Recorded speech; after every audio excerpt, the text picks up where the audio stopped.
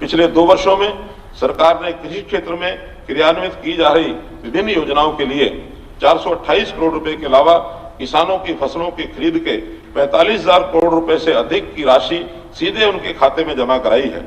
मुझे ये बताते हुए बड़ा गर्व हो रहा है कि कृषि में आय बढ़ाने के हमारे प्रयासों को मान्यता देते हुए भारतीय कृषि और खाद्य परिषद द्वारा हरियाणा को सर्वश्रेष्ठ राज्य कृषि व्यवसाय पुरस्कार 2022 से सम्मानित किया है। भारत सरकार के प्रस्ताव पर संयुक्त राष्ट्र संघ द्वारा वर्ष 2023 को अंतर्राष्ट्रीय मोटे अनाज वर्ष के रूप में मनाया जा रहा है। हरियाणा सरकार राज्य में मोटे अनाजों की काश्त और खपत को सक्रिय रूप से प्रोत्साहित कर रही है। बाजरे की उत्पादकता में सुधार के लिए चौधरी चरण सिंह हरियाणा कृषि विश्वविद्यालय द्वारा जिला भिवानी के गोकुलपुरा में एक पोषक अनाज अनुसंधान केंद्र स्थापित किया जा रहा है, जो वर्ष 2023 में चालू हो जाएगा। क्लस्टर प्रदर्शन, संकर बीजों के वितरण, प्रमाणित बीज उत्पादन, एकीकृत पोषक तत्व और कीट प्रबंधन से बाजरे की खेती को बढ़ावा देने के लिए 27 करोड़ रुपए की परियोजना तैयार की जा रही है। मुझे उम्मीद है कि हरियाणा विभिन्न उत्पादों के माध्यम से बाजरे की खेती की उत्पादकता, इसकी ब्रांडिंग और मार्केटिंग में सुधार करने का मार्ग प्रशस्त करेगा। गत वर्ष मैंने प्राकृतिक खेती पर एक नए कार्यक्रम की घोषणा की थी। मुझे बताते हुए खुशी हो रही है कि इस वर्ष के विशेषज्ञों के मार्गदर्शन से योजना का क्रियान्वयन शुरू हो गया है। वर्ष 2022-23 में 2238 किसानों की पहचान की गई और 5,906 एकड़ में प्राकृतिक खेती को अपनाने के लिए सहायता प्रदान की गई, जबकि गत वर्ष के बजट भाषण में निर्धारित 2500 एकड़ का लक्ष्य रखा गया था। यह एक छोटी सी लेकिन उल्लेखनीय शुरुआत है।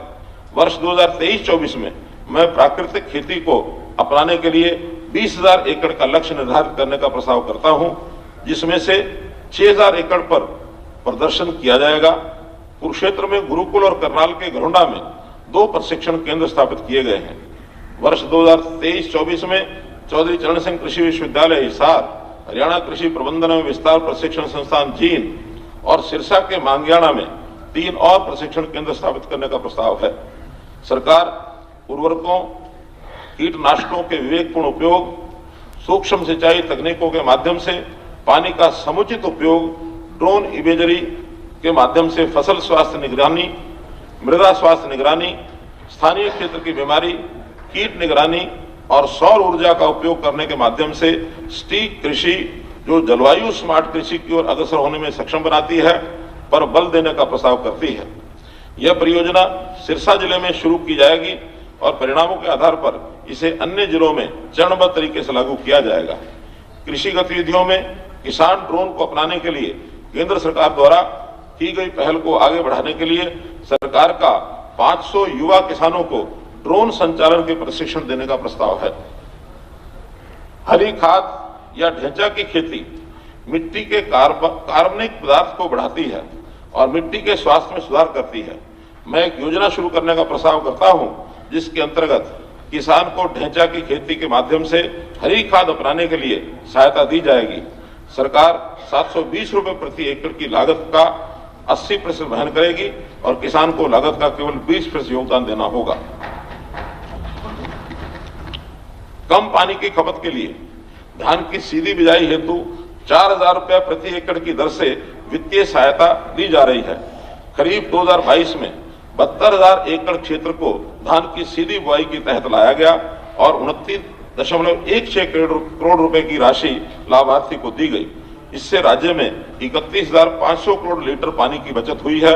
मैं वर्ष 2023-24 में धान के अधीन 2 लाख एकड़ क्षेत्र को धान की सीधी बिजाई के तहत लाने का लक्ष्य निर्धारित करता हूं। मुझे यह बताते हुए खुशी हो रही है कि राज्य के किसानों ने पराली जलाने की घटनाओं को कम करने के आह्वान के प्रति सकारात्मक प्रतिक्रिया व्यक्त की है और राज्य के किसानों ने एक्टिव फायर लोकेशन में पराली जलाने की घटनाओं में 48% तक की कमी की है, जिसकी राष्ट्रीय स्तर पर व्यापक रूप से सराहना हुई है।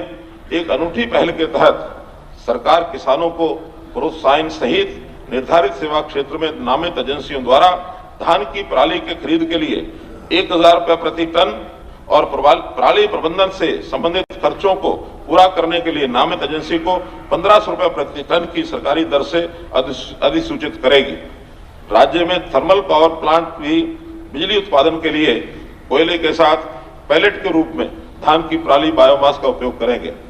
पानीपत में इंडियन ऑयल कॉर्पोरेशन द्वारा स्थापित 2G एथेनॉल संयंत्र चालू हो गया है और इथेनॉल उत्पादन के लिए धान की पराली का उपयोग करेगा।